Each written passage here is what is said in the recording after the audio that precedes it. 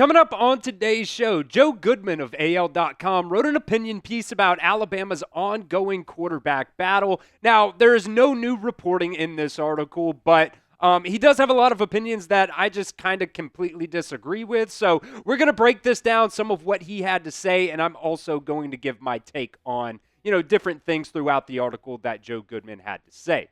Before we get into that, though, I want you guys to pick a quarterback for me. Who do you want to be Alabama's starting quarterback next year? Type T if you want it to be Ty Simpson. Type A if you want it to be Austin Mack. Or type K if you want it to be Keelon Russell.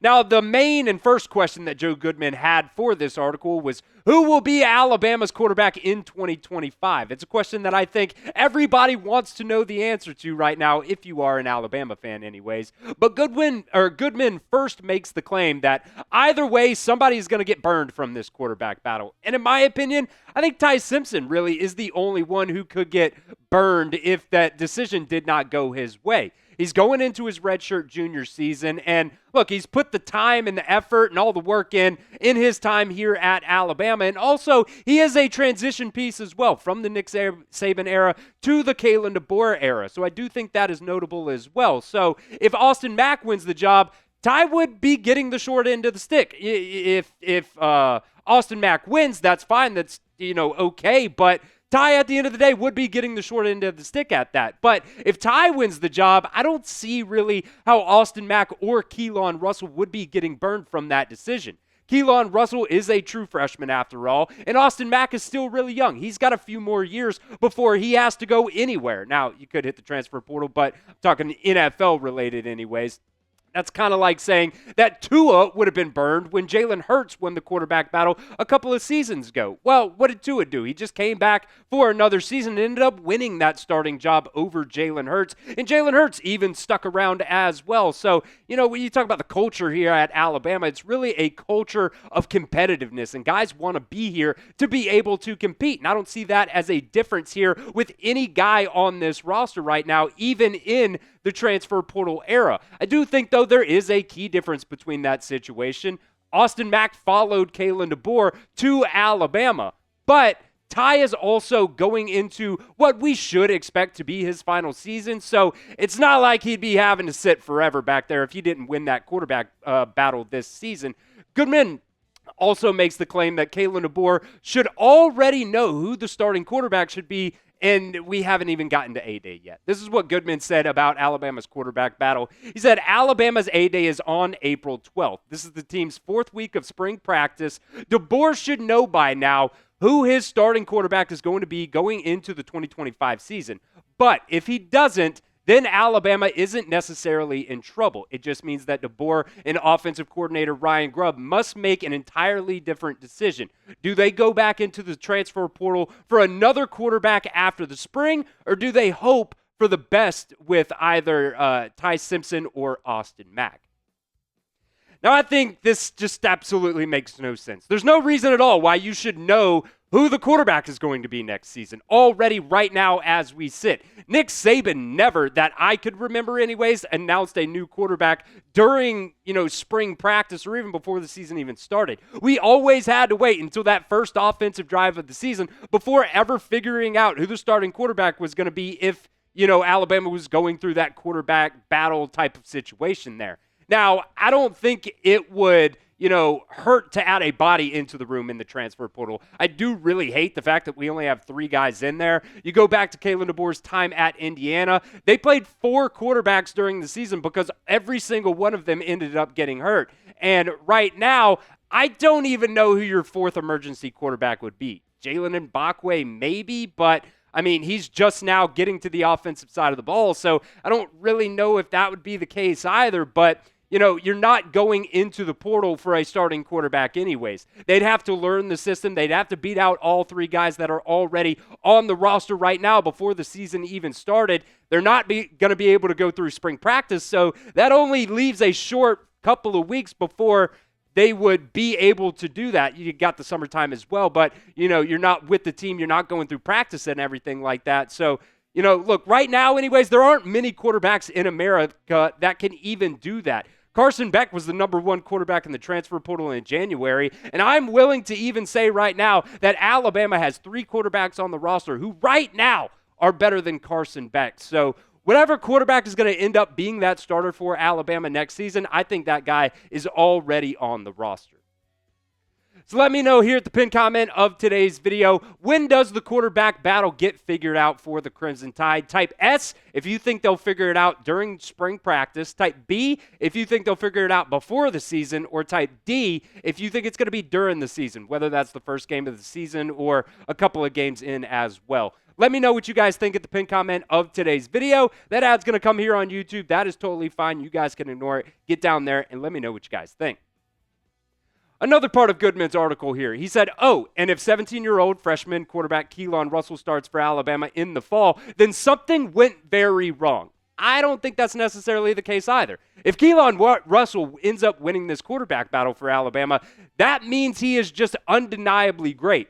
Jalen Hurts won the quarterback battle as a freshman, and things didn't fall apart then. I don't see a way where it would really fall apart now. Now, it would cause some figuring out to do because Ty and Mack would probably at that point end up hitting the transfer portal. But if Keelon wins the job now, that means that he is just too good to keep off the field. And I don't necessarily see that as a bad thing, because if it's not like Ty and Austin Mack are scrubs at the end of the day. So if Keelon Russell ends up beating both of those guys out for the starting quarterback position, that really might just be a good thing at the end of the day for Alabama. Sure, you might end up losing Ty and Mack to the transfer portal, but you have a guy that, if this were to be the case, is better than them anyways. So I don't necessarily see this as something going horribly wrong if Keelon Russell ended up winning that quarterback battle for Alabama. We'll continue breaking this down here in just a second, but today's show is brought to you guys by Fanatics. You guys can get up to 30% off right now on Alabama football gear just by going to chatsports.com/Bama hoodie. That link will be in the comment section and the description of today's show. Should also be a little clickable link over there in the corner for you guys as well. One more time, that's chatsports.com/Bama hoodie.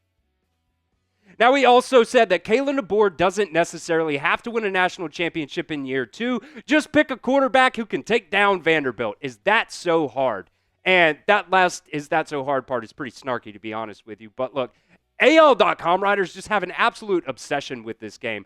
The offense wasn't even the biggest problem against Vanderbilt. You had 2 turnovers from Jalen Milroe in that game. You had a very unlucky pick 6 at the beginning of the game that went right off the face mask of one of your wide receivers. And then late in the game, with about 9 minutes to go, Jalen Milroe did fumble the ball, but Alabama did get the ball back, and they scored a touchdown their very next drive. And they still had an opportunity to get the ball back with like 2:44, I think, to go in that game. They had multiple timeouts. You had the 2-minute warning. Defense just was not able to get the job done and get the ball back to the offense at the end of the day. Other than those 2 turnovers, you still scored 35 points and only 17 minutes of possession time in that game. Your defense just could not get a stop to save their lives. So I just want to be able to move forward from this game. I understand Vanderbilt hadn't beaten Alabama for a very, very long time, and it definitely hurts, but we just got to be able to move forward from this by now. Look, if you are going to pick a game to criticize the offense for, it has got to be the Oklahoma game, or it has got to be the Michigan game. You could not do a damn thing in those games, and frankly, it was very pathetic. You were very one-dimensional in those games. But really in that Oklahoma game, they were able to shut down the quarterback run, and you weren't able to throw the ball either. The Michigan game, sure, there was rain, but man, that's just no excuse. Jalen Milroe's got to do a better job. I think no matter who you choose, Alabama is going to be upgrading at quarterback. So I don't think this is going to be any kind of problem for Alabama. Make sure you guys are subscribed right here to the Alabama Football Report. We are going to be live tonight for Alabama versus BYU in the Sweet 16, so do not miss out. Make sure you guys hit that sub button for me right now. It's youtube.com/@RollTideTV. I had another thing that Goodman had to say as well. He said, does Alabama at least owe it to Ty Simpson to let him know that he's not going to be the starter coming out of spring practice? This is a good point to bring up, so I'm not trying to just absolutely rip this apart, but I don't think that's the case either. Ty still has 1 season of eligibility left after this season. If he's not the guy or he loses the job mid-season, I would then expect him to leave. But if it is truly a neck-and-neck quarterback battle like I kind of think it is right now, then, what are they supposed to say? What is that coaching staff supposed to tell Ty Simpson, as they're coming out of this spring, camp right now?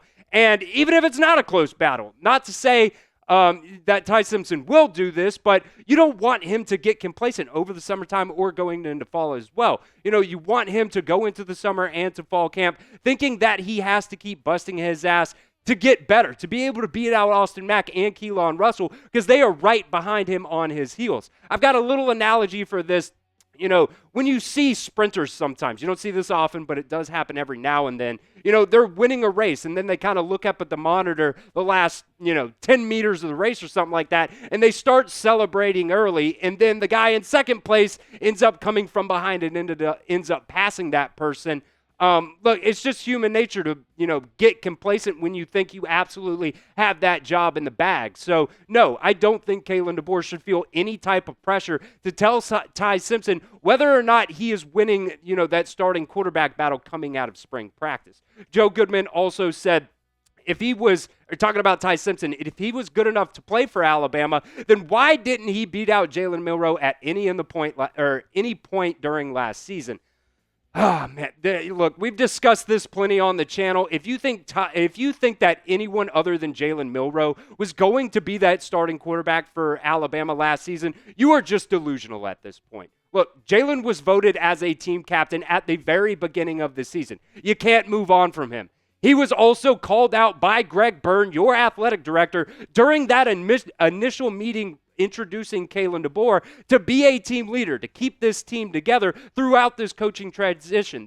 Alabama was, the Sharks were in the water when it came to the transfer portal when Nick Saban retired. You had to have some of those guys be able to step up and keep that team together. And when you got a guy that's being called out in front of the entire team to be that guy to keep the team together, you absolutely cannot move off from him during the season, really no matter what happens. Look, I was as guilty as anybody about wanting to bench Jalen Milroe during the season. But from a team standpoint, you just absolutely could not end up doing this. Kalen DeBoer would have lost the team. He would have lost the locker room if he ended up doing that.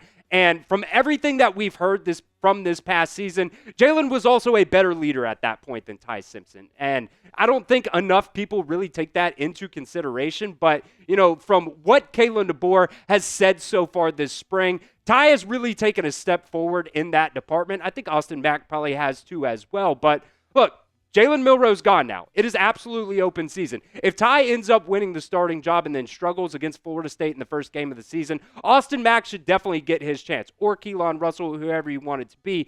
But right now, I do think it is Austin Mack, and I don't necessarily think that, going into next season, you're going to have that same situation that you had with Jalen Milroe. I do think that is just a special situation that happened because of the Nick Saban retirement, and I really just genuinely believe there is nothing that Alabama could do last season in regards to Jalen Milroe. You just had to let it ride, but going into next season, I don't think that's going to be the case.